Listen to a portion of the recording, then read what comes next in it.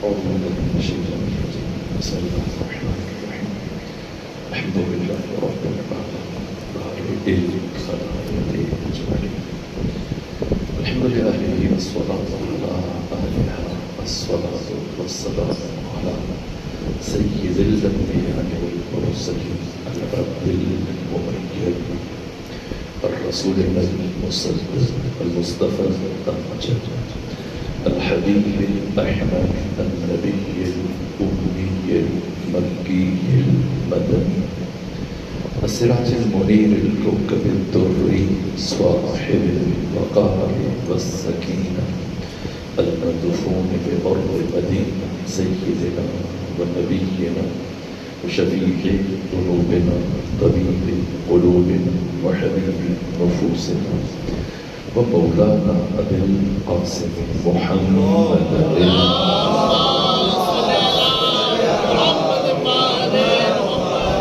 وأهل بيته الطيبين الطاهرين الجليل المعصومين المظلومين ولعنة الله على أعدائه ومنكري فضائلهم وغاسل حقوقهم من جميع عذابتهم إلى الآن ومن الآن إلى قيام يوم الدين.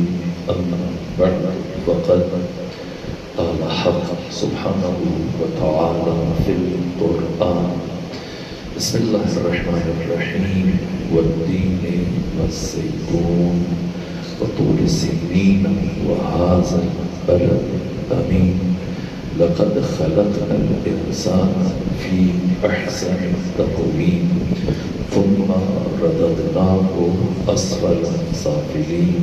صلوات کی خاطر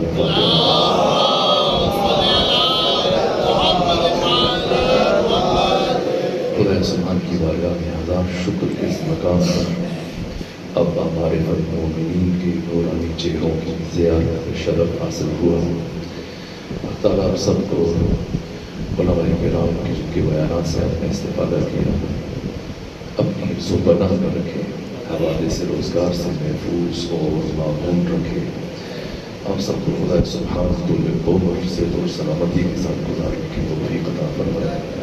بعد میں مجلس تمام حاضرین سب کے رزق و جان و مال و اولاد وسعت و برکت عطا فرمائے.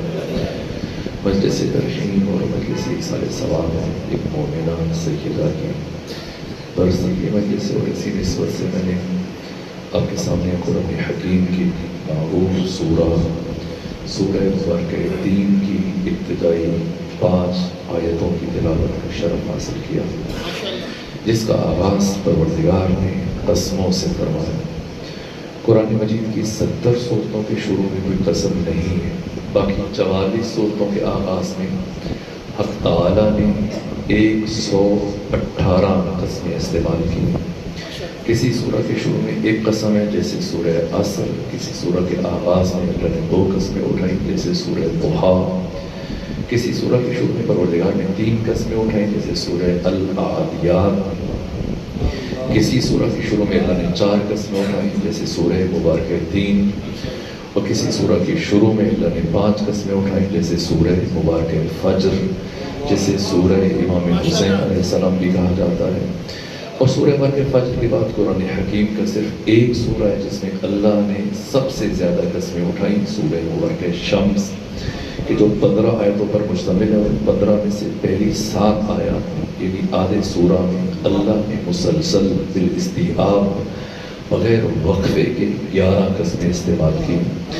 سورہ مبارکہ 3 جس کا آغاز اللہ نے قسموں سے فرمایا, پہلے مرحلے میں فرمایا والتین, مجھے درخت انجیر کی قسم, والزیتون, مجھے درخت زیتون کی قسم, وطور سینین, مجھے طور سینا کی قسم, وہذا البلد الامین, مجھے امن والے شہر مکہ کی قسم.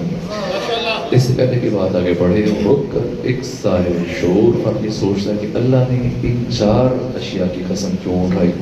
سب سے پہلے ہمارا نبی پروردگار جو درخت انجیر کی قسم اٹھائے, کیا خصوصیت ہے اس درخت میں؟ دنیا میں لا تعداد درخت ہیں, ہزاروں لاکھوں کروڑوں کی تعداد میں انواع و اقسام کے درخت سب کو چھوڑ کر پروردگار ان میں سے درخت انجیر کی قسم کیوں اٹھا رہے ہیں؟ کیا خصوصیت ہے اس درخت میں؟ تو جس لمحے جنت میں ابو البشر آدم اور آپ کی زوجہ جناب حوا ہر دو کو برہنگی کا احساس ہوا اور ہر دو نے ضرورت صدر محسوس کی، ضرورت حجاب محسوس کی، تو حجاب اور صدر کے انتظام کے لیے، اہتمام کے لیے یہ دونوں تتبع تفحص کرتے ہوئے، چھان پھٹک کرتے ہوئے، تلاش کرتے ہوئے، ڈھونڈتے ہوئے آگے بڑھے، اور دوران جستجو ہر دو کی نگاہ انتخاب جا کر رکی درخت انجیر کے پتوں پر۔ کیوں؟ اس لیے کہ اس درخت کے پتے نسبتاً بڑے تھے، چوڑے تھے۔ جناب آدم اور جناب حوا چلتے ہوئے آگے بڑھے، درخت انجیر کے پتوں کو توڑا، آپس میں جوڑا اور یہاں سے اپنے حجاب اور صدر کا انتظام کیا۔ تو درخت انجیر حقیقتاً تاریخ بشری میں اور تمدن انسانی میں وہ درخت ہے جس سے تہذیب انسانی کا آغاز ہوا، جس سے تمدن بشری کا آغاز ہوا۔ اس لیے پروردگار سب سے پہلے مرحلے میں درخت انجیر کی قسم اٹھا رہے ہیں، پھر فرمایا وَالزَّیتُون، مجھے درخت زیتون کی قسم۔ کیا خصوصیت ہے انجیر کے بعد زیتون میں؟ تو یہ ہے ابو البشر آدم، اور وہ ہے آدم ثانی یعنی جناب نوح علیہ وعلی نبینا علیہ الصلاۃ والسلام۔ جب مسلسل کئی دن تک جناب نوح کی کشتی پانی کے اوپر تیرتی رہی اور کشتی کے اندر موجود افراد رفتہ رفتہ ان کے دلوں میں یاس اور نومیدی پیدا ہونا شروع ہوئی، چینی گوئیاں شروع ہو گئیں۔ انہی کشتی میں موجود افراد میں سے ایک نے اظہار کیا، نبی خدا کیا ہم اسی طرح سے پانی کے اوپر تیرتے تیرتے مر جائیں گے، یہ کبھی خشکی کا منہ دیکھیں گے؟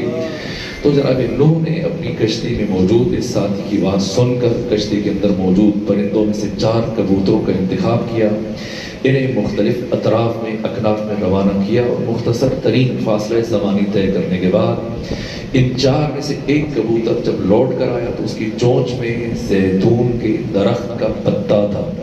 جناب نوح نے درخت زیتون کا یہ پتا اپنے ہاتھ میں لیا، مسکرائے، فرمایا میری کشتی کے ساتھیوں، میں تمہیں زندگی کی بشارت دیتا ہوں۔ اگر یہ زیتون کے درخت کا پتا ہے، اس کا مطلب ہے کہ ہم سطح زمین سے قریب ہو رہے ہیں اور پانی مسلسل کم ہو رہا ہے، اس لیے کہ زیتون کے درخت کا قد کم ہوتا ہے، تو عنقریب ہم زمین پر خشکی پر اترنے میں کامیاب ہو جائیں گے۔ تو درخت انجیر کے بعد درخت زیتون کی قسم پروردگار اس لیے اٹھا رہے کہ یہ درخت نوید حیات بشر بنا، انسانی زندگی کے لیے نوید اور خوشخبری بنا۔ اس لیے پروردگار دوسرے مرحلے میں درخت زیتون کی قسم اٹھا رہے، پھر فرما رہے کہ مجھے طور سینا کی قسم۔ کتنے پہاڑ ہیں اس کائنات میں، متناہی ہزاروں لاکھوں کی تعداد میں، یہاں تک کہ خود آپ کے ملک پاکستان میں کتنی بڑی بڑی پہاڑیاں ہیں، کتنی بڑی چوٹیاں ہیں، اور دنیا میں کتنے پہاڑ ہیں، سب کو چھوڑ کر پروردگار طور سینا کی قسم کیوں اٹھا رہے ہیں، کوہ طور کی قسم کیوں اٹھا رہے ہیں؟ کیا خصوصیت ہے اس پہاڑ میں جو باقی پہاڑوں کو حاصل نہیں؟ تو مسلسل ہم پہلے مرحلے میں جب پروردگار نے 10 دن کے لیے اپنے ایک بندے کو بلایا اور راز و نیاز خدا میں وہ عبد خدا مصروف رہا، مسلسل وحی الہی کا نزول رہا، یہاں تک کہ پھر 10 دن کے لیے مزید روکا، اور پھر تیسری مرتبہ 10 دن کے لیے روکا، یہ پورا ذیقعد کا مہینہ گزر گیا، اور پھر ذی الحج کے پہلے 10 دن، مزید 40 دن پہ ہم مسلسل بغیر وقفے کے اپنے عبد کو، اپنے ایک بندے کو، نبی کو، موسیٰ کلیم کو اپنے پاس ٹھہرایا، مہمان قرار دیا، اور مسلسل 40 دن وحی الہی کا نزول ہوتا رہا، اور جس سرزمین پر مسلسل 40 دن وحی الہی کا نزول رہا، اس وحی الہی کے نزول کے نتیجے میں اتنا تقدس حاصل ہوا کہ سرزمین حق تعالیٰ کی نگاہ میں اتنی مقدس قرار پائی کہ اس کے بعد جب جناب موسیٰ اسی مقام پر جاتے تو خدا فرماتا یا موسیٰ فخلا نعلی انک بالوادی المقدس طویٰ، موسیٰ جوتے اتار دیجئے کہ آپ ایک مقدس وادی میں داخل ہو رہے ہیں۔ تو وحی الہی کی مسلسل نزول کے بعد یہ سرزمین اتنی پاک ہو گئی، اتنی مقدس ہو گئی، اتنی ارزش کی حامل ہوئی، پروردگار انجیر اور زیتون کے درختوں کے بعد پھر طور سینا کی قسم اٹھا رہے ہو۔ چوتھے مرحلے میں فرمایا وَهَٰذَا الْبَلَدِ الْأَمِينَ، مجھے امن والے شہر شہر مکہ کی قسم پروردگار نے مدینہ کی قسم نہیں اٹھائی ہے، یمن کی قسم نہیں اٹھائی ہے، بصرہ و کوفہ کی قسم نہیں اٹھائی. کتنے شہر ہیں دنیا میں، لیکن پروردگار نے سب کو چھوڑ کر کیوں صرف شہر مکہ کی قسم اٹھائی؟ تو یہ قرآن ہے جس سے متعلق امیر المومنین فرماتے ہیں کہ القرآن یفسر بعضہ بعضا، قرآن کا بعض حصہ بعض دوسرے حصے کی تفسیر بیان کرتا ہے. یہاں پروردگار نے فرمایا کہ مجھے شہر مکہ کی قسم، اور سورہ مبارکہ بلد میں اس قسم کی وجہ اور حکمت کو بیان کیا. فرمایا لا اقسم بہذا البلد، میں کبھی اس شہر مکہ کی قسم نہ اٹھاتا. پھر کیوں اٹھا رہا ہوں؟ وانت حل بہذا البلد، اس لیے کہ اے میرے مصطفیٰ آپ یہاں رہتے ہیں، زندگی گزارتے ہیں، آپ یہاں چلتے ہیں، سانس لیتے ہیں، آپ نے یہاں پر بیتوتا اختیار کیا. پیغمبر اسلام تو مدینہ میں بھی رہے، پھر اللہ مدینہ کی قسم کیوں نہیں اٹھا رہے، مکہ کی قسم کیوں اٹھا رہے ہیں؟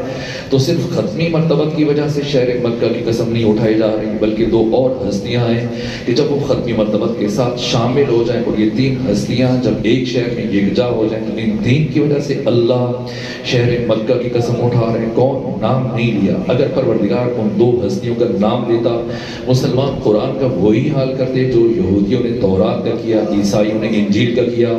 اس لیے نام نے لیا اور کن لفظوں کے ساتھ فرمایا لا اقسم بہذا البلد، اے میرے مصطفیٰ میں کبھی شہر مکہ کی قسم نہ اٹھاتا، اس لیے اٹھا رہا ہوں کہ وانت حل بہذا البلد، اس لیے کہ آپ یہاں رہتے ہیں، زندگی گزارتے ہیں. صرف آپ نہ، ووالد وما ولد، آپ کے علاوہ ایک باپ اور ایک بیٹا. کون سا باپ اور کون سا بیٹا؟ کیا ابو لہب اور اس کا بیٹا، یا ابو جہل اور اس کا بیٹا، یا ابو سفیان اور اس کا بیٹا، یا پھر کوئی اور ابو اور اس کا بیٹا؟ مجھے تو ابو طالب عمران اور آپ کے بیٹے علی کے کوئی اور اس لائق نظر نہیں آتا.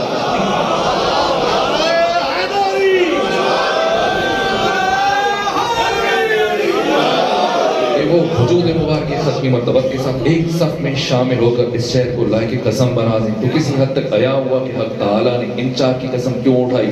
لیکن اب دوسرا سوال جو قرآن مجید کے طالب علم کے ذہن میں پیدا ہوتا ہے وہ یہ کہ ان چار قسموں کے درمیان بظاہر ہمیں کوئی ربط نظر نہیں آ رہا. دیکھیے میں معمولی طالب علم ہوں، ایک ابتدائی طالب علم ہوں، اور اگر میں آپ کے سامنے یہاں پہلی مرتبہ جو حاضر ہوا ایک بے ربط گفتگو کر کے چلا جاؤں، ممکن ہے بعد میں بات دوست تبصرہ کریں گے ٹھیک ہے مجلس کے لیے تو چلے گئے، لیکن کوئی ربط نہیں تھا، کوئی تسلسل نہیں تھا.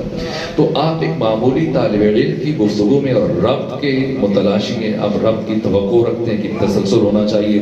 تو وہ قرآن حکیم کی جو معرفت کا بار ذخار ہے، جو فصاحت اور بلاغت کی معراج ہے، جو خدائے سبحان کا کلام ہے، کتنا ربط ہونا چاہیے. یہاں تک کہ اس وقت سینکڑوں کی تعداد میں، خود میری لائبریری میں جو کتب موجود ہیں ان میں سے سینکڑوں کی تعداد میں کتب ہیں جو قرآن مجید کے اعجاز پر لکھی گئی ہیں، اور قرآن مجید کے ربط اور تسلسل کو بیان کرنے کے لیے حتیٰ اعجاز عددی قرآن پر استاد جوان آراستہ، استاد ایت اللہ ہادی معرفت اور جناب طنطاوی اور ایسی بڑی بڑی شخصیات جن کا تعلق مصر سے ہے، عراق سے ہے، شام سے ہے، ایران سے، باقی اسلامی ممالک کے، انہوں نے قرآن مجید کے اعجاز کو بیان کیا. حتیٰ اعجاز عددی، قرآن مجید کے معارف، علوم، حکم بجائے خود نہ قرآن مجید کی الفاظ، حتیٰ الفاظ کی تعداد میں اتنا دقیق ربط ہے، اتنا عمیق ربط ہے. میں بچوں کے سمجھنے کے لیے تاکہ بات کی اہمیت پہنچو، پھر ہم آگے بڑھیں.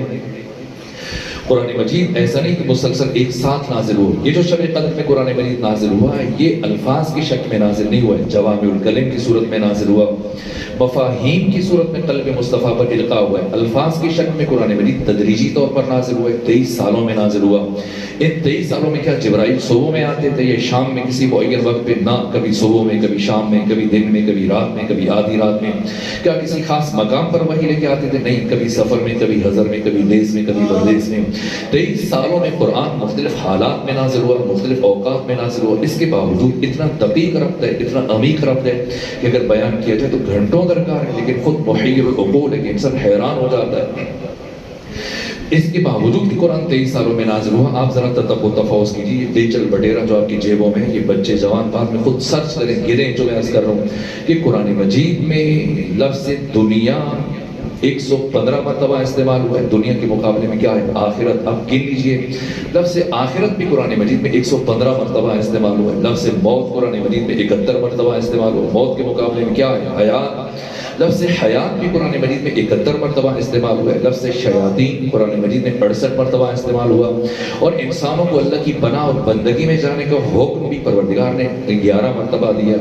اسی طرح سے لفظ شیاطین قرآن مجید میں 68 مرتبہ استعمال ہوا. اور شیاطین کے مقابلے میں ملائکہ، لفظ ملائکہ بھی قرآن مجید میں 68 مرتبہ استعمال ہوا، لفظ ابلیس 11 مرتبہ اور اللہ کی بندگی میں جانے کا حکم 11 مرتبہ، لفظ علم اور معرفت قرآن مجید میں 811 مرتبہ، اور امام ششم فرماتے ہیں کہ علم اور ایمان کا باہم جوڑی دامن کا ساتھ ہے، جہاں علم اور معرفت ہے وہاں ایمان ہے، جہاں ایمان ہے وہاں علم و معرفت ہے۔ علم و معرفت 811 مرتبہ اور لفظ ایمان بھی قرآن مجید میں 811 مرتبہ استعمال ہوا۔ یہ اتفاق نہیں ہے، اگر ہم اپنی نجی زندگی میں آ جائیں، سال میں کتنے دن ہوتے ہیں؟ 365 دن کو عربی میں یوم کہتے ہیں۔ اب گن لیجیے، ڈیجیٹل بٹیر آپ کی جیبوں میں سرچ کیجیے، موجب المفارس علماء کرام کے ہاں لائبریری موجود ہوگی، تاکہ شمار کریں، گنیں کہ سال میں 365 دن ہوتے ہیں، دن کو عربی میں یوم کہا جاتا ہے۔ لفظ یوم قرآن مجید میں 365 مرتبہ استعمال ہوا ہے۔ کتنے مہینے ہیں سال میں؟ 12 مہینے، مہینے کو عربی میں شہر کہا جاتا ہے۔ لفظ شہر قرآن مجید میں 12 مرتبہ استعمال ہوا، اور اسی ترتیب سے شب و روز میں کل ملا کر کتنے گھنٹے ہیں؟ ایک شب و روز میں 24 گھنٹے کو عربی میں ساعت کہتے ہیں۔ گن لیجیے پورے قرآن مجید میں لفظ ساعت 24 مرتبہ استعمال ہوا۔ کیا یہ اتفاق ہے؟ نہ، اتفاق نہیں ہے۔ روم ارسطو نے بھی کہا کہ اس کائنات میں اتفاق نامی چیز وجود نہیں رکھتی ہے۔ لفظ آسمان 7 ہے، لفظ سماوات قرآن مجید میں 7 مرتبہ استعمال ہوا۔ مومن کی 5 علامات بیان کی ہیں صادق اعظم محمد رسول کافی میں، ان میں سے ایک علامت ہے کہ یہ مومن شب و روز میں کل ملا کر 51 رکعت نماز ادا کرتا ہے۔ نماز کو عربی میں صلاۃ کہتے ہیں، لفظ صلاۃ قرآن مجید میں 51 مرتبہ استعمال ہوا۔ اتفاق ہے ان 51 رکعتوں میں سے کتنے سجدے واجب ہیں ہر مسلمان پر، جن سے متعلق اللہ قرآن میں فرماتا ہے کہ اقیموا الصلاۃ ولا تکونوا من المشرکین، نماز قائم کرو اور مشرک نہ بنو۔ یہ نماز واجب ہے ہر حال میں پروردگار کی طرف سے، اور اس واجب نمازوں میں کتنے سجدے بشر پر واجب ہیں؟ 34، 17 رکعتیں، ہر رکعت میں 2 سجدے۔ لفظ سجدہ قرآن مجید میں 34 مرتبہ استعمال ہوا۔ اتفاق ہے؟ نہ۔ میں مختصر کروں، کتنے فرقے ہیں جن سے متعلق ختمی مرتبہ نے فرمایا تھا کہ میری امت 72 فرقوں میں تقسیم ہو جائے گی؟ آپ گن لیجیے، لفظ فرقہ قرآن مجید میں 72 مرتبہ استعمال ہوا۔ یہ اتفاق ہے۔ پیغمبر کے اوصیاء کتنے ہیں؟ پیغمبر کے جانشین کتنے ہیں جن کی وصایت اور خلافت کا اعلان میدان خم غدیر میں ختمی مرتبہ نے فرمایا؟ 12۔ گن لیجیے، لفظ وسیع قرآن مجید میں 12 مرتبہ استعمال ہوا۔ کتنے امام ہیں جن کی اطاعت اور پیروی کا پروردگار نے حکم دیا اور ختمی مرتبہ نے اپنی زندگی میں بارہا و بارہا ارشاد فرمایا، جن کی اطاعت ہر بشر پر، ہر مسلمان پر واجب ہے؟ یہ امام 12 ہیں۔ لفظ امام قرآن مجید میں 12 مرتبہ استعمال ہوا۔ اتفاق ہے؟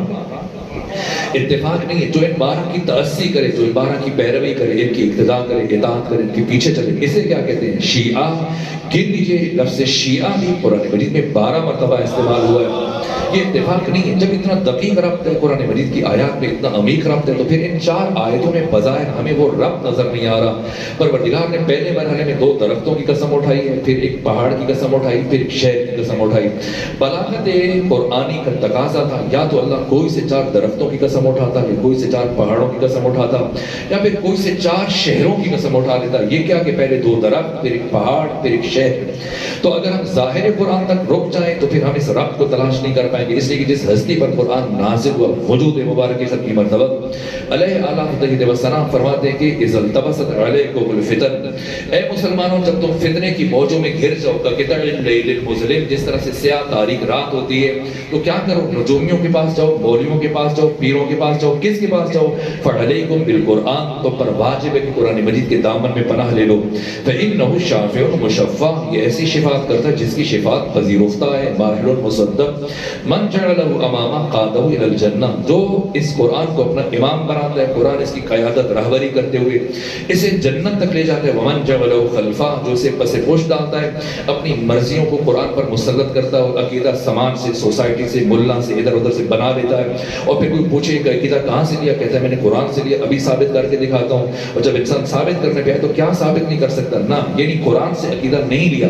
ہونا یہ چاہیے تھا کہ خود کو طبق اخلاص میں رکھ کر محرز قرآن میں جاتا، قرآن مجید سے رہنمائی لیتا، نہ اپنی مرضیوں کو، اپنے معتقدات کو، اپنے نظریات کو قرآن پر پار کرتا ہے، قرآن کے پیچھے نہیں چلتا، قرآن کو اپنے پیچھے چلانا چاہتا ہے، تو اس سے متعلق پیغمبر اسلام فرماتے ہیں ساقوا الی النار، یہ قرآن دھکیلتا اسے جہنم تک لے کے جائے گا. لہو ظہر و بطن، یہ جملہ جو عرض کرنا چاہ رہا تھا، اس قرآن کا ظاہر ہے، اس قرآن کا باطن ہے.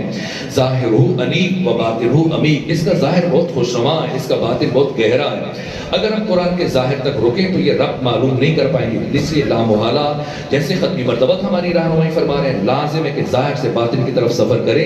اور جب ہم بطن قرآن کی طرف بڑھیں گے تو جیسے معصومین علیہ السلام نے ہماری رہنمائی فرمائی، بظاہر پروردگار درخت انجیر کی قسم اٹھا رہے ہیں، لیکن بباطن پروردگار عہد آدم کی قسم اٹھا رہے ہیں. بظاہر پروردگار درخت زیتون کی قسم اٹھا رہے ہیں، لیکن بباطن پروردگار عہد نوح کی قسم اٹھا رہے ہیں. بظاہر پروردگار طور سینا کی قسم اٹھا رہے ہیں، لیکن بباطن پروردگار عہد موسیٰ کی قسم اٹھا رہے ہیں. بظاہر پروردگار شہر مکہ کی قسم اٹھا رہے ہیں، لیکن بباطن پروردگار ذات ختمی مرتبہ عہد محمد مصطفیٰ کی قسم اٹھا رہے ہیں. اور ان چار قسموں میں پروردگار نے تمام تر نبیوں کی 7,500 سالہ تاریخ کو خلاصہ کیا، ان انبیاء کی بعثت کا فلسفہ بیان کیا.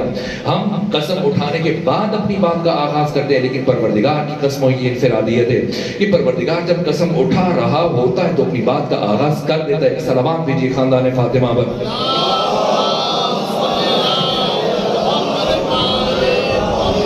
میں شرمندہ ہوں، وقت تیزی سے گزر رہا ہے، اس لیے میں جلدی بیان کروں تاکہ ان نتائج تک پہنچ سکیں اور یہ مجلس ایصال ثواب مرحومین کی بارگاہ میں ہدیہ ہو سکے. اس کے لیے لازم ہے، ناگزیر ہے کہ ہم یہ تمہیدی مرحلہ طے کریں. ان 4 قسموں میں حق تعالیٰ نے تمام تر نبیوں کی زندگیوں کو خلاصہ کیا اور پھر فلسفہ ارسال رسول، فلسفہ انزال کتب کو بیان کیا.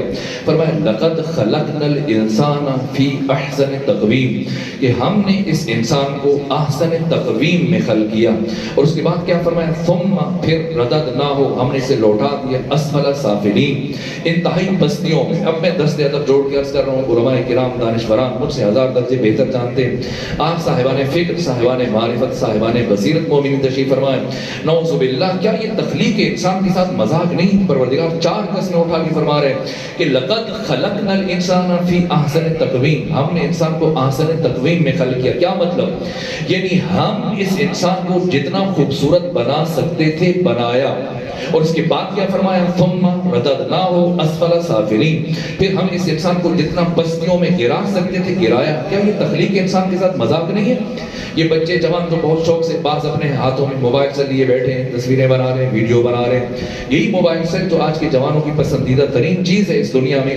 اگر فرض کریں کہ ان کو کچھ خواہش ہو کہ سب سے اچھا ایک موبائل سے اپنے لیے خریدیں یا وہ اپنے کسی عزیز سے کہ جو باہر ملک میں وہ بھیجے یا خود جمع پونجی جمع کریں، خرچ کریں، اپنا جیب خرچ جمع کریں اور لاکھوں روپے خرچ کرنے کے بعد ایک موبائل سیل خریدیں. یا بڑے افراد جن کو گاڑی کا سواری کا شوق ہے وہ گاڑی لے کے آئیں، سواری لے کے آئیں، لیکن لانے کے بعد کسی خرابے میں کھڑے کر دیں، کسی ویرانے میں جہاں لوگ خس و خاشاک پہنتے. تو آپ بتائیں کہ ایسے شخص سے متعلق کیا رائے قائم کریں گے کہ اتنی خواہش سے، اتنی جستجو سے اتنی بہترین موبائل سے لیا، گاڑی لی اور لے جا کر اسے خرابے میں ویرانے میں کھڑا کر دیا. تو اس سے متعلق ہم کیا رائے قائم کریں گے؟ پروردگار 4 قسمیں اٹھانے کے بعد یہ فرما رہے کہ ہم اس انسان کو جتنا خوبصورت بنا سکتے تھے بنایا اور پھر اس انسان کو جتنا نیچے گرا سکتے تھے گرایا. نعوذ باللہ، کیا یہ تخلیق انسان کے ساتھ مذاق نہیں؟ اس لیے رک کر سمجھنا ہے کہ احسن تقویم سے مراد کیا ہے. یہ جو پروردگار نے فرمایا، میں شرمندہ ہوں وقت کی کمی کے باعث میں جلدی پڑھ رہا ہوں، مطالب کو اتنی جلدی نہیں بیان کرنا چاہیے.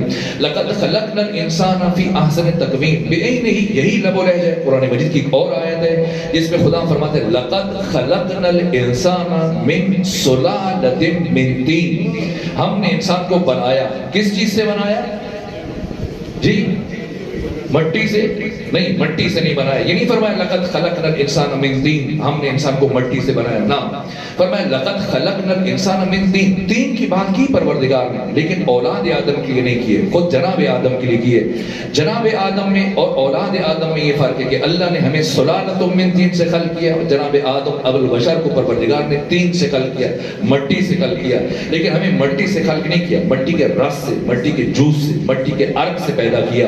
یہ فرق ہے. البتہ میں جناب آدم کی تخلیق سے متعلق رک کر ایک جملہ عرض کر دوں، اور یہ جملہ جناب آدم کون ہے کہ جب پروردگار نے آپ کو مٹی سے بنایا، ہمیں جن مراحل سے پروردگار نے گزارا ہے آدم کو ان مراحل سے نہیں گزارا. نہج البلاغہ کے پہلے خطبے میں آپ پڑھیے، اس کائنات کے مختلف مقامات سے پروردگار نے مٹی کو لیا، مٹی کو لینے کے بعد اسے نتھارا، نکھارا، مختلف مراحل سے نکالنے کے بعد پھر اس مٹی کا پتلا تیار کیا. اور جب مٹی کا پتلا پروردگار نے تیار کیا تو براہ راست اس میں روح پھونکی. اور جیسی پروردگار نے مٹی نے آدم کے پتلے میں روح پھونکی تو تمام ملائکہ سے بلا استثناء کیا فرمایا؟ سب کے سب آدم کو سجدہ کرو۔ یہ مقام فکر ہے، پروردگار نے آدم سے نہیں کہا کہ تم فرشتوں کو سجدہ کرو، بلکہ تمام فرشتوں سے فرمایا کہ تم سب کے سب آدم کو سجدہ کرو۔ آخر کیا وجہ ہے؟ کیا آدم نے ابھی عبادت شروع کی؟ نہ، ابھی آدم کی تخلیق ہوئی ہے۔ جس لمحے تخلیق ہوئی ہے اسی لمحے پروردگار نے فرشتوں کو حکم دیا۔ فرشتے کون ہیں؟ سلیمان قندوزی حنفی نے جنابی المودہ میں حدیث بیان کی، ختمی مرتبہ فرماتے ہیں کہ اللہ نے ہمارے انوار کو ملائکہ کی تخلیق سے 14,000 نوری سال پہلے خلق فرمایا۔ نوری سال کو اگر کوئی سمجھنا چاہتا ہے، نوری سال کی مقدار کیا ہے؟ 1 جنوری فروری، شمسی سال محرم و صفر، قمری سال جو 365 دنوں پر 350 دنوں پر 55 دنوں پر مشتمل۔ لیکن نوری سال کی مساحت کو اگر کوئی سمجھنا چاہے، نور کی رفتار جو آئنسٹائن نے بیان کی تھی، سب 1 سیکنڈ میں چشم زدن میں پلک جھپکنے میں 3 لاکھ کلومیٹر کا سفر طے کر سکتا ہے۔ یعنی اگر آپ فیصل آباد کے اس دیہات سے اٹھیں، پوری دنیا کا چکر لگا کے واپس یہاں آئیں، دوبارہ جائیں، پھر لوٹ کے آئیں، سے باہر جائیں، پھر پلٹ کے آئیں، چوتھی مرتبہ جائیں، یہاں تک کہ 7 چکر لگائیں، کتنی دیر میں؟ 1 لمحے میں۔ یہ نور کی رفتار ہے۔ یہ نوری سال پھر بنائیں کہ اتنے لمحوں سے یہ سال۔ تو ختمی مرتبہ فرماتے کہ 14,000 نوری سال پہلے اللہ نے ہمیں خلق کیا، ہم خدا کی بندگی کرتے رہے۔ اس کے بعد اللہ نے فرشتوں کو پیدا کیا اور پھر فرشتوں نے ہم سے بندگی سیکھی ہے، ہم سے خدا کی عبادت کا سلیقہ سیکھا۔ پیغمبر اسلام نے فرمایا کہ فرشتوں نے جب ہمیں دیکھا تو خیال کیا شاید ہم 14 ان کے خالق ہیں۔ اس سے پہلے کہ فزعموا، ختمی مرتبہ فرماتے ہیں فزعموا، انہوں نے گمان کیا شاید یہ 14 ہمارے خالق۔ تو پیغمبر اسلام فرماتے ہیں فسبحنا فسبحت الملائکہ، بلا فاصلہ ہم نے خدا کی تسبیح شروع کی۔ ہمیں دیکھ کر سن کر ملائکہ نے خدا کی تسبیح شروع کر دی، ہمیں دیکھ کر ملائکہ نے خدا کا سجدہ سیکھا، خدا کی بندگی سیکھی ہے۔ اور اس کے بعد وحل لنا وحلت الملائکہ، ہم نے لا الہ الا اللہ کہا اور ہمیں دیکھ کر سن کر ملائکہ نے لا الہ الا اللہ کہا، ہم سے خدا کی بندگی کا سلیقہ سیکھا۔ اور اس کے بعد پیغمبر اسلام فرماتے ہیں سلیمان قندوزی حنفی نے جنابی المودہ میں اہل سنت عالم تحریر کیا، حق تعالیٰ نے ارادہ کیا کہ وہ جبرائیل کو باقی فرشتوں کا سردار رئیس معین کرے۔ تو خدا نے جناب جبرائیل سے گفتگو کی، فرمایا بتا من انت و من انا، تو کون ہے میں کون ہوں؟ یہ سن کر جبرائیل آگے بڑھا، عرض کیا انت انت و انا انا، تو ہے میں ہوں۔ یہاں ختمی مرتبہ فرماتے کہ میرے بھائی علی ابن ابی طالب کا نور آگے بڑھا اور نور علی نے آگے بڑھ کر جبرائیل کو خدا سے گفتگو کا طریقہ سلیقہ تعلیم دیا کہ خدا سے کیسے بات کی جاتی ہے۔ فرمایا یوں بات کرو، انت رب الجلیل وانا عبدک الذلیل واسمی جبریل۔ جبرائیل کا نام جبرائیل کسی اور نے نہیں رکھا، شاگرد مصطفیٰ علی ابن ابی طالب نے رکھا۔ ملائکہ کی تخلیق ہوئی اور ملائکہ کی تخلیق کے پھر 14,000 نوری سال گزرنے کے بعد اللہ نے جناب آدم کو خلق کیا ہے۔ اور یہ ملائکہ 14,000 نوری سال پہ ہم مسلسل خدا کی تسبیح کرتے رہے، ہم کرتے رہے، تمجید و تقدیس تحریم خدا میں مصروف رہے، لیکن جناب آدم نے ابھی عبادت نہیں کی، نہ سجدہ کیا، نہ ذکر، نہ تلاوت، نہ عبادت۔ تو خدا نے آدم کو کہنا چاہیے تھا کہ تم فرشتوں کو سجدہ کرو، لیکن خدا نے برعکس فرشتوں سے کہا کہ تم آدم کو سجدہ کرو۔ راز سجدہ کیا ہے؟ فلسفہ سجدہ کیا ہے؟ اگر کوئی جاننا چاہے تو جائیں، جب بھی نجف اشرف جو جا چکے پروردگار انہیں دوبارہ توفیق دے، جو اب تک نہیں جا چکے پروردگار انہیں توفیق دے، جائیں نجف اشرف میں مولا متقیان علی ابن ابی طالب علیہ آلاف طیبین و سنا کے حرم مقدس میں جب داخل ہوں اور جب آپ گنبد کے نیچے پہنچے تو زری کے بالائی سے سر اٹھا کر دیکھیے گا گنبد کے نیچے جو عبارت لکھی ہے کہ داتا دربار نہیں ہے کہ جس کا جو جی جائے لکھ کے چلا جائے، نہ، معصومین علیہ السلام کے حرم میں، سامرہ میں، خراسان میں، کاظمین میں، کربلا میں، نجف میں، ایک ایک لفظ جو حرم کے اندر لکھا جاتا ہے پوری عالمانہ ذمہ داری کے ساتھ فقہاء، مجتہدین، مراجع، علماء، محققین کی زیر سرپرستی ایک ایک لفظ جو تحریر کیا جاتا ہے۔ راز سجدہ کیا ہے؟ فلسفہ سجدہ کیا ہے؟ حکمت سجدہ کیا ہے؟ کیوں پروردگار نے ملائکہ کو حکم دیا آدم کو سجدہ کرو، آدم سے نہیں کہا کہ تم فرشتوں کو سجدہ کرو؟ حکمت کیا ہے؟ جب بھی جائیں نجف، جب حرم کے اندر جائیں مولا متقیان کے زری کے قریب گنبد کے نیچے زری کے بالائی سے سر اٹھا کر دیکھیے گا جو عبارت تحریر ہے، لو لم یکن فی صلب آدم نورہ لما قیل قدما للملائکۃ اسجدوا، کہ اگر اللہ نے آدم کے صلب میں علی ابن ابی طالب کے نور کو نہ رکھا ہوتا تو کبھی فرشتوں کو حکم نہ دیتا کہ آدم کو سجدہ کرو۔ یہ عزت علی ہے، یہ عزت امیر المومنین ہے۔ آدم کی تخلیق پروردگار نے مٹی سے فرمائی ہے، لیکن اللہ نے ہمیں یہ نہیں فرمایا ہمارے لیے، جناب آدم کے لیے فرمایا کہ ہم نے آدم کو تین سے خلق کیا، لیکن اولاد آدم کی بات کی تو فرمایا لقد خلقنا الانسان من سلالۃ من طین، نہیں فرمایا لقد خلقنا الانسان من طین، ہم نے انسان کو مٹی سے پیدا کیا، نہ فرمایا لقد خلقنا الانسان من سلالۃ من طین، ہم نے انسان کو مٹی کے سلالہ سے، مٹی کے رس سے، مٹی کے جوہر سے، مٹی کے جوس سے، مٹی کے عرق سے پیدا کیا۔ اب ہمارے ہاں تو ایسی مشین نہیں ہے، ایسا کارخانہ، ایسی فیکٹری جب مٹی کا رس نکالا جاتا ہو، یہ فیصل آباد ایک انڈسٹریل شہر ہے، یہاں پر کارخانے ہیں، کپڑا بنایا جاتا ہے، اور بھی مشینیں ہوں گی، شاید آپ کے یہاں ایسی مشینیں ہوں جہاں پر مٹی کا رس نکالا جاتا ہے، آپ کے گھروں میں، کھیتوں میں، ادھر آپ کے یہاں بازاروں میں کوئی ایسی مشین اگر آپ کی نگاہ سے گزری ہو جب مٹی کا رس نکالا جائے، در حقیقت کہ پروردگار فرما رہے کہ ہم نے انسان کو مٹی کے رس سے پیدا کیا، مٹی کے جوہر سے پیدا کیا، مٹی کے جوس سے، مٹی کے عرق سے۔ پروردگار وہ مشینیں کہاں ہیں، وہ کارخانے کہاں ہیں، وہ فیکٹریاں کہاں ہیں جہاں سے تو مٹی کا رس نکالتا ہے؟ تو خدا فرمائے گا اپنے گھروں میں دیکھو، کھیتوں میں دیکھو، باغات میں دیکھو، یہ پودے اور درخت کی وہ مشینیں اور کارخانے جو مسلسل زمین سے مٹی کا رس کھینچ رہے ہیں۔ یہ پودا، یہ جو ہم کھاتے ہیں، گندم ہے، کھجور ہے، جو ہے، کشمش ہے، یہ سیب، سنترا، یہ آلو بخارا، یہ آم، یہ ناشپاتی، یہ سلالۃ من طین ہے، جیسے یہ پودا اور درخت زمین سے مٹی کا رس کھینچتا اور اسے منتقل کرتا ہے دانے میں۔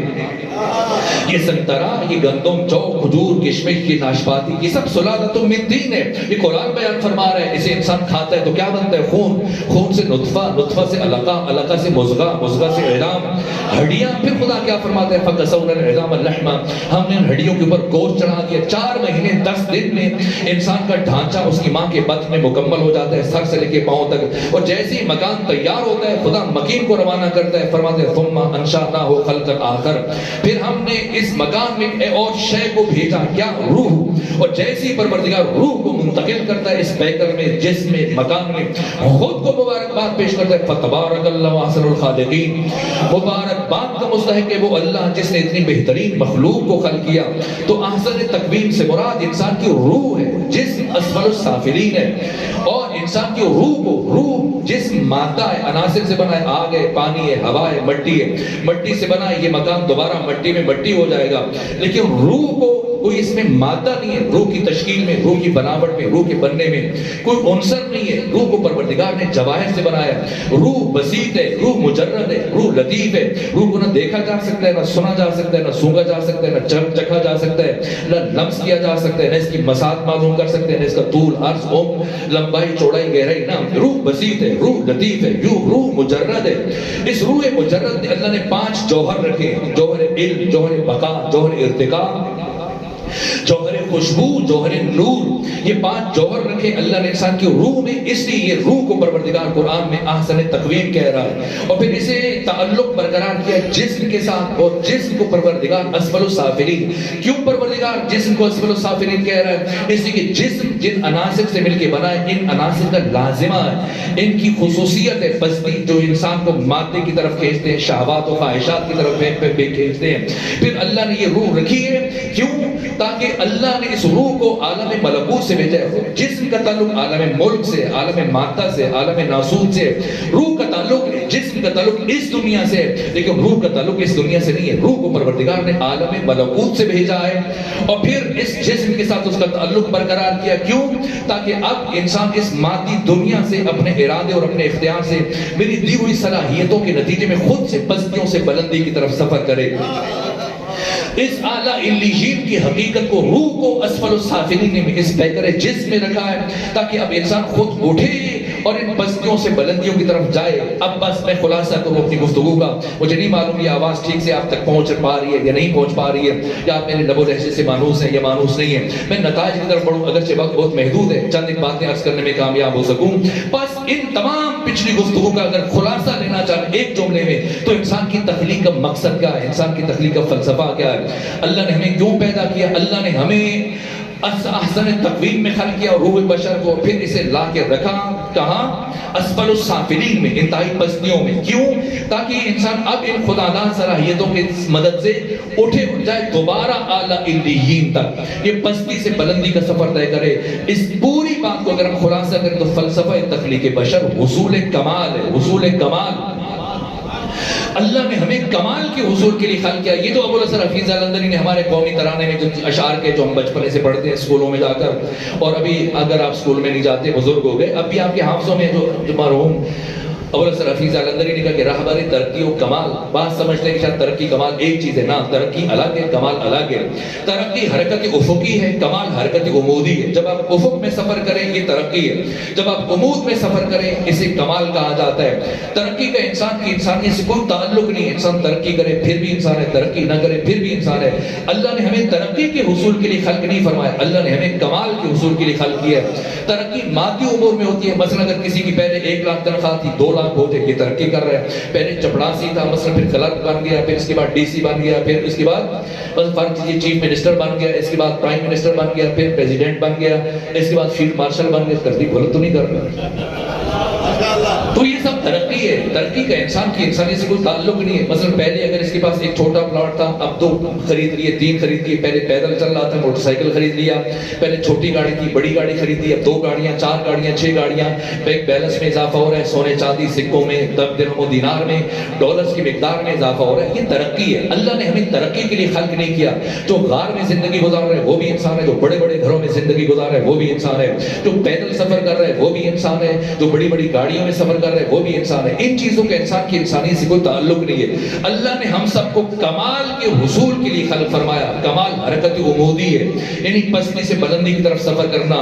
کمال کب ہوتا ہے؟ جب انسان کی ان فضائل اور ان خصوصیات میں اضافہ ہوتا ہے, جب اس کے علم میں, معرفت میں, بصیرت میں, عفت میں, حیا میں, عدالت میں, استقامت میں, صبر میں, شجاعت میں, ان اخلاق پسندیدہ صفات حسنہ میں اضافہ ہوتا ہے. یہ کمال ہے. اگر میں بہت سادہ لفظوں میں اپنی بات کو بیان کروں, وہ جملہ جسے 1400 سالوں میں لکھی جانے والی قرآن مجید کی تفاسیر میں سب سے بہترین تفسیر المیزان میں علامہ سید محمد حسین طباطبائی نے 20 مرتبہ ذکر کیا, اور یہ جملہ روح قرآن ہے. اب تک کی گفتگو اگر بھول جائیں, یہ جملہ اپنے لوح دل پہ نقش کیجئے, اسے گھر کی دیواروں پر سجائیے, نوجوان اسے تحریر کریں, لوح دل پر نقش کریں. اور یہ جملہ جسے علامہ سید محمد حسین طباطبائی نے بار بار بیان کیا, وہ یہ کہ ہم انسان پیدا نہیں ہوئے بلکہ ہم انسان بننے کے لیے پیدا ہوئے. ہم انسان پیدا نہیں ہوئے بلکہ ہم انسان بننے کے لیے پیدا ہوئے. سمجھنا ہے کیا فرق ہے ہم میں اور محمد و آل محمد میں, کیا فرق ہے. اللہ نے ہم سب کو اس کائنات میں انسان بننے کے لیے بھیجا ہے, اور اللہ نے 14 کو ہمیں انسان بنانے کے لیے بھیجا ہے. یہ بشریت کے معلم ہیں, یہ بشریت کے مربی ہیں, بشریت کے مشکل کشا ہیں.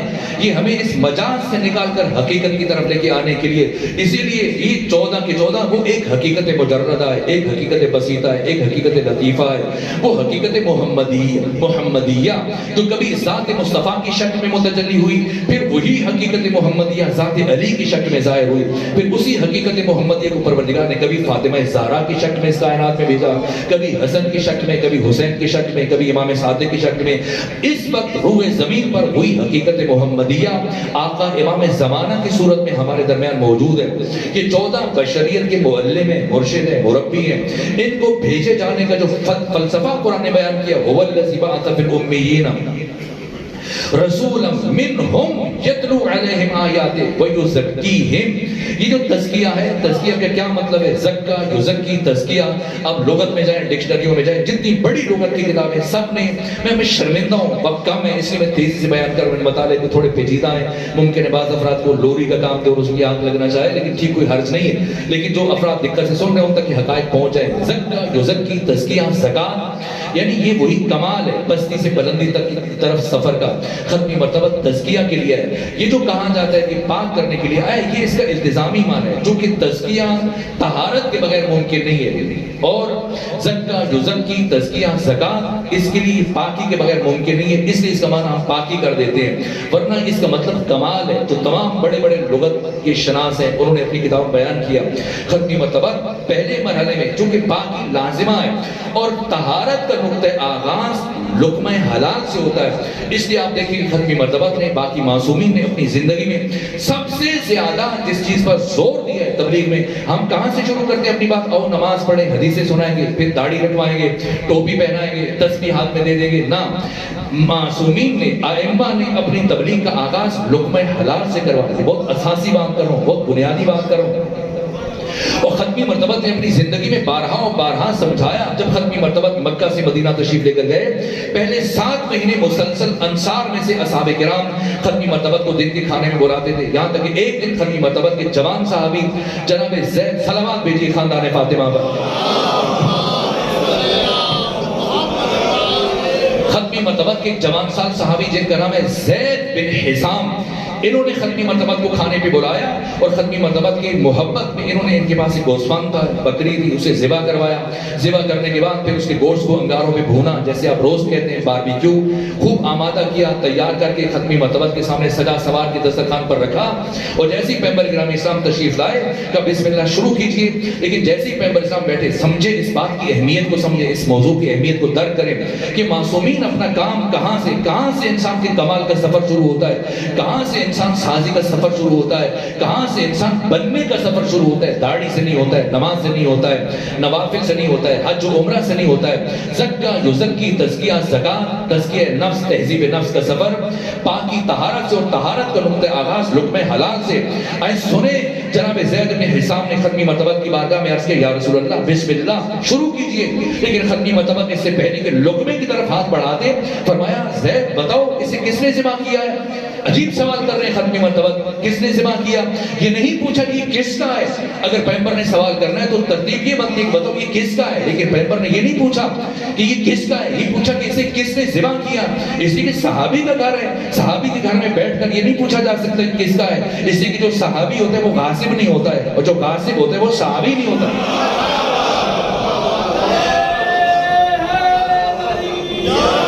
یہ ممکن نہیں ہے، صحابی سے متعلق یہ سوچا نہیں جا سکتا کہ وہ کسی اور کا مال غصب کر لے. اس لیے ختمی مرتبت نے یہ نہیں فرمایا کہ کس کا ہے، فرمایا بتاؤ اسے ذبح کس نے کیا. جیسی ختمی مرتبت نے استفسار کیا زید بتاؤ کس نے ذبح کیا. اب زید ایک مرتبہ تھوڑے سے پریشان ہوئے، زبان لڑکھڑائی، عرض کہ یا رسول اللہ میں ذبح کے احکام کو جانتا ہوں، لیکن چونکہ میں نرم دل ہوں، حساس ہوں، رقیق القلب ہوں، مجھے ہمت نہیں پڑتی کہ میں خود جانور کو ذبح کروں. اس لیے میں نے اپنے ہمسائے سے اس جانور کو ذبح کروایا، گوسفند کو ذبح کروایا. ختمی مرتبت نے دوسرا سوال پوچھا، فرمایا زید بتاؤ کیا تمہارا وہ ہمسایہ مسلمان ہے؟ عرض کیا نا یا رسول اللہ اہل کتاب ہے. جیسی زید بن حسام نے کہا اہل کتاب ہے، ختمی مرتبہ سورہ مبارکہ انعام کی آیات تلاوت کرتے اٹھ کے کھڑے ہو گئے اور فرمایا زید سنو، اللہ نے ایک مسلمان پر غیر مسلم کے ذبیحہ کو حرام قرار دیا. گھر صحابی کا، دسترخوان صحابی کا، گوسفند صحابی کا، پکانے والا صحابی ہے، بنانے والا صحابی ہے، صرف ذبح اہل کتاب نے کیا. ختمی مرتبہ بھوکے اٹھ کر اپنے صحابی کے گھر سے رخصت ہو گئے. مجھے نہیں معلوم کتنا پاک طاہر طیب دسترخوان ہے ابو طالب عمران کا کہ ختمی مرتبہ مسلسل 10 سال اسی دسترخوان سے غذا اٹھا کر تناول کرتے رہے. پہلا مرحلہ تزکیہ کا ہے. انسان بننے کے لیے پہلا نقطہ، اگر کوئی طہارت کا سفر شروع کرنا چاہتا ہے، تزکیہ کا سفر شروع کرنا چاہتا ہے تو وہ وضو کرنے سے نہیں، غسل کرنے سے نہیں، نہ لقمہ حلال سے شروع ہوتا ہے. اسی لیے جو معصومین علیہ السلام نے تعلیم دیا ہمیں، خود آپ کے شاگرد امام ہفتم کے شاگرد بہلول عاقل، بہلول عارف، بہلول یگانہ، بہلول فرزانہ، بہلول فقیہ، امام موسیٰ قاسم کے شاگرد عرفاء میں سے عظیم ترین شخصیت ہیں، برجستہ ترین شخصیت ہیں جنید بغدادی، جو سلسلہ صوفیاء کے بہت بڑے صوفی گزرے ہیں. اپنے شاگردوں کو لے کے چل رہے تھے تو جیسے قبرستان میں بیٹھے ہوئے تھے جناب بہلول، اور پوچھا کہ اے جنید بغدادی کہاں جا رہے ہیں؟ کہاں کے بچوں کو لے کے جا رہا ہوں، شاگردوں کو لے کے جا رہا ہوں، انہیں پڑھاؤں گا، آداب حیات، آداب زندگی تعلیم دوں گا، آداب بندگی سکھاؤں گا. تو جناب بہلول نے تنظر کہا خود کو بھی کچھ آتا ہے، دوسروں کو ہی سکھاتے رہتے ہو، کہ کیسے ممکن ہے کہ خود مجھے نہ پتا ہو دوسروں کو سکھاؤں؟ تو کہا کہ اگر خود کو آتے تو مجھے بھی کچھ بتاؤ. یہ چلتے ہوئے آئے شیخ جنید بغدادی کا پوچھے کیا جاننا چاہتے ہیں، کیا سننا چاہتے ہیں؟ کہا تم آداب زندگی میں سے، آداب بندگی میں سے آج مجھے صرف کھانا کھانے کے آداب بتا دو، صرف کھانے کے آداب بتا دو. جناب جنید بغدادی نے بیان کرنا شروع کیا. پہلا ادب یہ کہ ہاتھ دھونے چاہیے، اور پھر ہاتھ دھونے کے بعد کھانے سے پہلے ہاتھوں کو خشک نہیں کرنا چاہیے، اور پھر جب کھانا شروع کریں تو بسم اللہ پڑھ کے شروع کرنا چاہیے. چھوٹے لقمے بنانے چاہیے، خوب چبانا چاہیے، اور کھانا کھاتے ہو دوسروں کی طرف نہیں دیکھنا چاہیے. جو اپنے سامنے پڑا ہو اسے کھانا چاہیے، دوسروں کے سامنے سے نہیں اٹھانا چاہیے. اور اسی طرح سے بھوک کچھ رہتی ہو تو کھانے سے ہاتھ کھینچ لینا چاہیے. کھانے کے بعد جب دوبارہ ہاتھ دھوئیں تو پھر خشک نہیں کرنا چاہیے. باقی آداب بیان کیے. تو جناب بہلول نے کہا اور بتاؤ؟ کہنا تمام ہو گئے، یہی جانتا ہوں. کہ تعجب ہے تمہیں تو کھانا کھانے کے آداب کبھی نہیں پتا ہے؟ تو کہا کہ میں نے بتا دی، مگر کون سا ادب چھوڑا میں نے؟ کہا شیخ جنید کہ جتنے تم نے آداب مجھے بتائے یہ سارے ذیلی باتیں، ضمنی باتیں، فرعی باتیں، کھانے کا اصلی ادب بتاؤ گا وہ کون سا ہے؟ کہا اصلی ادب کہ اگر اس کی رعایت رکھی تو پھر باقی کسی ادب کا تمہیں کوئی فائدہ نہیں پہنچے گا۔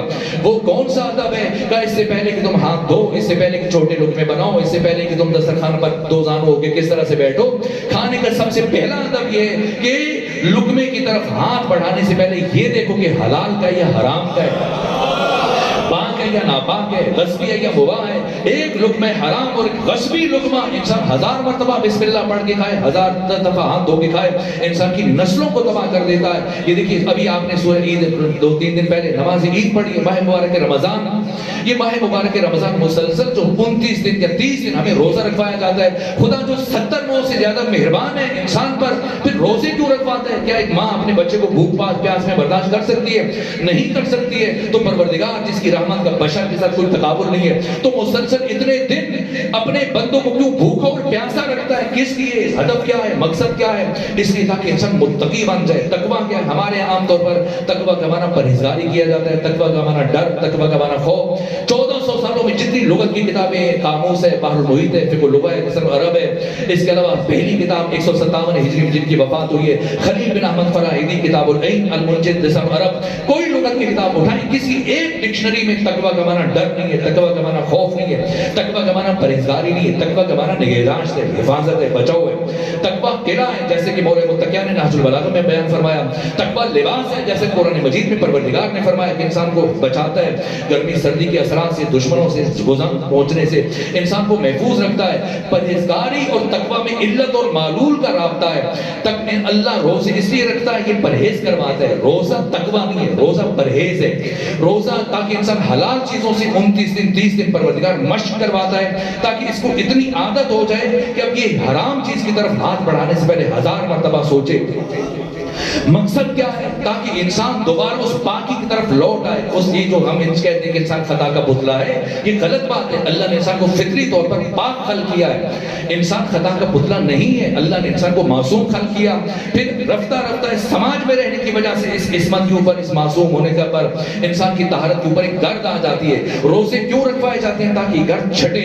اور پھر یکم شوال کا دن جو آپ نے نماز عید پڑھی ہے، آخر خود سوچئے، نماز عید میں آپ کو خدا کہتا ہے سورہ قدر پڑھو، نماز عید میں آپ سے کہا جاتا ہے سورہ رحمان پڑھو، سورہ اما یتساءلون، سورہ نبا پڑھو، باقی اور سورتیں کوئی اور سورہ نہیں کی، کہا کہ پہلے سورہ میں پہلی رکعت میں سورہ اعلیٰ کی تلاوت کرو۔ کیوں سورہ اعلیٰ کی تلاوت کرو؟ دوسرے رکعت میں سورہ مبارکہ شمس کی تلاوت کرو۔ کیوں سورہ شمس کی تلاوت کرو؟ پھر باقی نمازوں میں آپ فجر، ظہر، عصر، مغرب، عشاء 1 مرتبہ قنوت پڑھتے ہیں، لیکن نماز عید میں 9 مرتبہ قنوت پڑھتے ہیں، پہلی رکعت میں 5 مرتبہ، دوسری رکعت میں 4 مرتبہ، کہ 9 مرتبہ پروردگار ایک بات آپ کی زبان سے جاری کروا رہے ہیں۔ کیا؟ اب دیکھیے کتنی دقیق ربط ہے جو روزوں کی حکمت ہے وہی۔ یہ جو عید الفطر ہے، ہم اس کو کہتے ہیں چھوٹی عید کی چھوٹی عید کس نے تقسیم کی مجھے نہیں معلوم۔ عید الضحیٰ کو بڑی عید کہتے ہیں، عید الفطر کو چھوٹی عید۔ یہ چھوٹی بڑی کی تقسیم شاید جہاں پہ اس میں چھوٹا جانور آپ ذبح کرتے ہیں اس لیے چھوٹی عید کہتے ہیں، اور اس میں بڑے بڑے جانور نہ۔ عید الفطر کسی کہیں دین میں ایسی کوئی تصور، ایسی بات موجود نہیں کہ چھوٹی عید ہے وہ بڑی عید ہے، نہ۔ اسے عید فطر کہتے ہیں۔ عید فطر یعنی عید الفطرہ، عید یعنی اور پلٹنا، بازگشت، فطرت کی طرف پلٹنا۔ کیسے؟ کہ انسان فطری اعتبار سے پاک خلق ہوا ہے، پھر گناہوں کی وجہ سے پاک فطرت کے اوپر گرد آ جاتی ہے، پھر 29 دن 30 دن مسلسل مشق کروائی جاتی ہے، روزے رکھوائے جاتے ہیں، حلال چیزوں سے اس کو روک کر عادی بنایا جاتا ہے تاکہ اب یہ انسان اس پاک فطرت کی طرف لوٹ آئے، پلٹ آئے۔ اور اب اس دن کو عید قرار دیا گیا، جیسا مولا متقیہ نے عید کی تاریخ بیان کی ہے کہ ہر وہ دن تمہارے لیے عید ہے جس دن انسان گناہ نہیں کرتا۔ اس دن پھر کیوں سورہ اعلیٰ پڑھوائی جاتی ہے؟ سورہ اعلیٰ میں ایک بات ہے جس کے لیے پروردگار نے سورہ کو اس تاکید کی ہے کہ قد افلح من تزکا، وہی زکا یزکی، تزکیہ، زکات۔ سورہ شمس میں سب سے زیادہ 11 قسمیں اٹھائی ہیں، اور اس کے بعد نفس انسانی سے متعلق 2 جملے کہنے کے بعد پروردگار نے ایک بات کی۔ اگلی 4 آیتوں میں پروردگار نے پھر دنیا کی 21 تہذیبوں میں سے ایک تہذیب کی مثال دی، اور آخری 15ویں آیت میں پروردگار نے انسان کو خبردار کیا، ہوشیار کیا کہ میں کسی کو بھی اس انجام سے دوچار کر سکتا ہوں۔ ایک بات کیا؟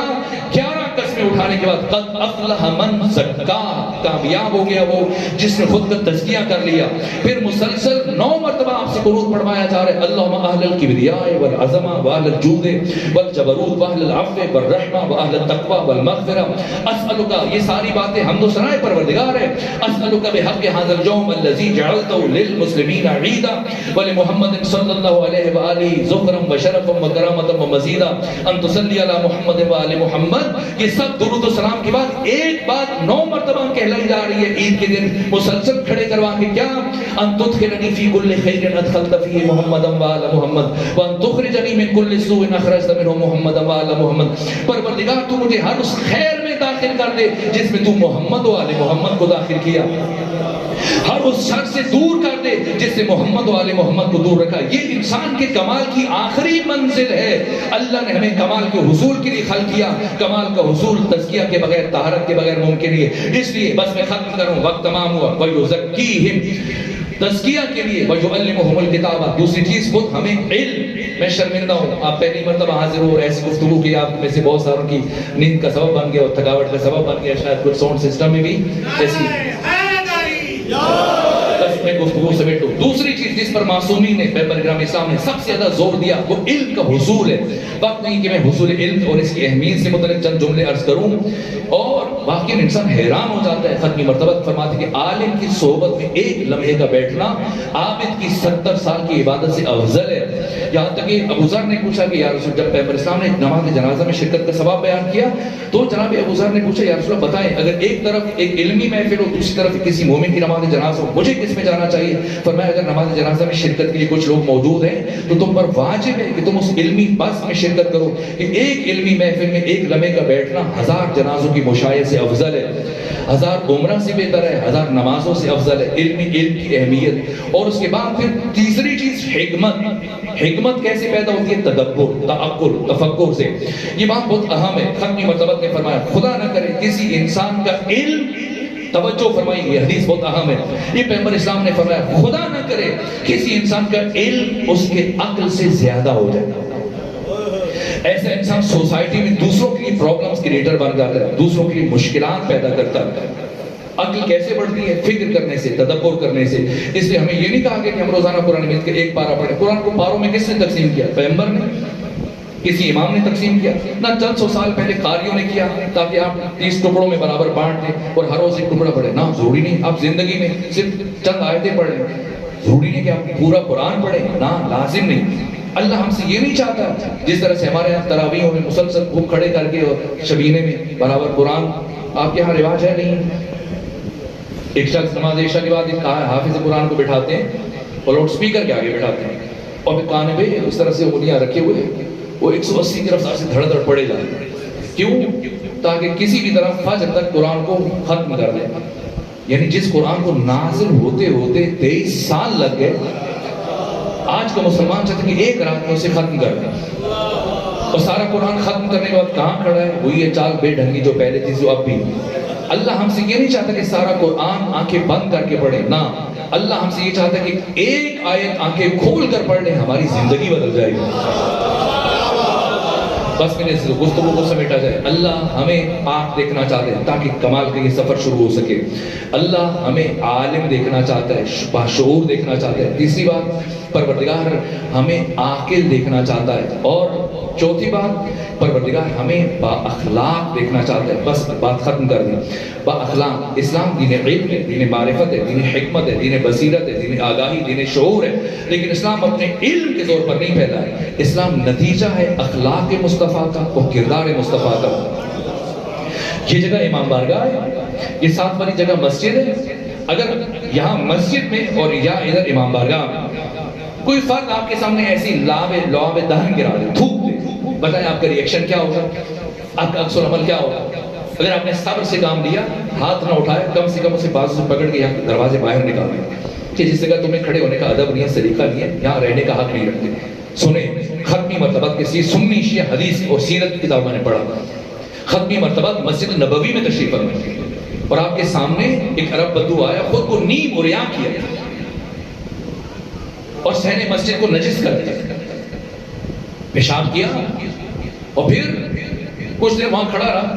پیغمبر کی طرف دیکھتا رہا کہ آپ کا عکس العمل کیا ہوگا. بہت سارے صحابہ کہا اجازت دیں اس کا سر تن سے جدا کر دیں. فرمایا نا بیٹھے رہو. یہاں تک کہ ختمی مرتبہ نے فرمایا ابو ذر جاؤ پانی کا کوزہ لے کے آؤ. ابو ذر گئے پانی کا کوزہ لے کے آئے. ختمی مرتبہ نے ظرف اپنے ہاتھ میں لیا, سروں کو پاک کیا, اور وہ عرب بدو حیران پریشان سرگردان ٹکٹکی باندھے دیکھ رہے ایسے بھی ہو سکتا ہے. اور کچھ لمحے گزرنے کے بعد آنکھیں چھلک گئی, قدموں میں گرا, دستے ادب جوڑ دی, کہا آقا مجھے معاف کر. آج واقعاً مجھے یقین ہو گیا کہ آپ اللہ کے نبی, اسی کے سوائے اللہ کے بھیجے ہوئے کہ کسی کا اخلاق اتنا بلند نہیں ہو سکتا. یہ بات بہت اہم ہے. میں پیغمبر کی حدیث آپ کی خدمت میں عرض کر رہا ہوں. آقا فرماتے کہ میں خوش اخلاق کافر کو بد اخلاق مسلمان سے زیادہ پسند کرتا ہوں. کافر ہے خوش اخلاق ہے اس کے ساتھ بیٹھوں گا, مسلمان ہے بد اخلاق ہے مجھے ایسا مسلمان نہیں چاہیے.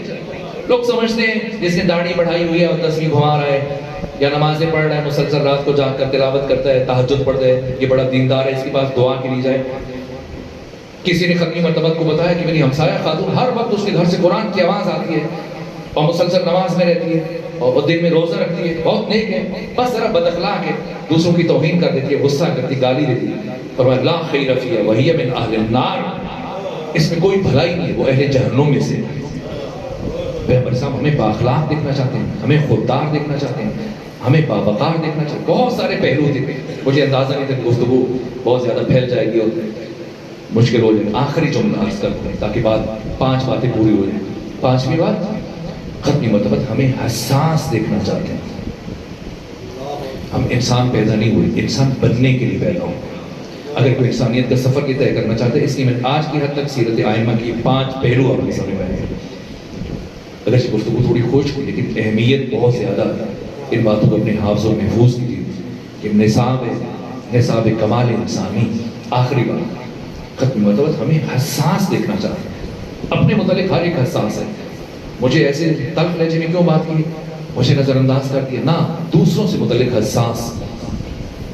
ختمی مرتبہ مسجد نبوی میں نماز جمعہ پڑھا, جیسی سورہ جمعہ شروع کی پہلی رکعت میں 2 آیتیں پڑھی, سورہ جمعہ چھوڑ دی, مختصر سورہ پڑھا, قنوت کو چھوڑا, مستحبات کو چھوڑا, دوسرے رکعت میں سورہ منافقون کو چھوڑا, جلدی جلدی نماز پڑھی. عبداللہ ابن مسعود جو پہلی صف میں بیٹھے تھے جلدی سے بڑھے, آگے بڑھے, گھبرائے, یا رسول اللہ بیمار ہے, طبیعت ناساز ہے؟ کہ نہیں.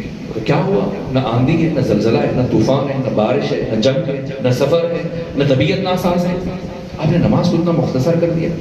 فرمایا عبداللہ سن نہیں رہے تھے ایک بچے کے رونے کی آواز, جب تک یہ بچہ روتا رہتا اس کی ماں کا دل. اب ظاہر ہے تو ہمارے ہاں خواتین نماز جمعہ میں نہیں آتی ہیں چونکہ مسلمان بہت غیرت مند ہیں.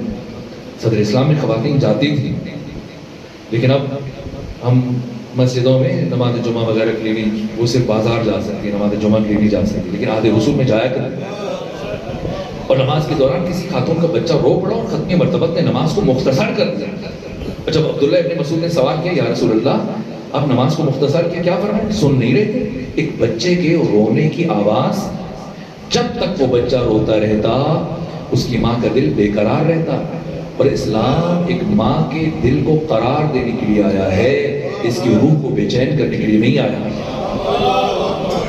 انسانوں سے متعلق دین کا مزاج ہے, یہاں تک کہ حیوانات سے متعلق.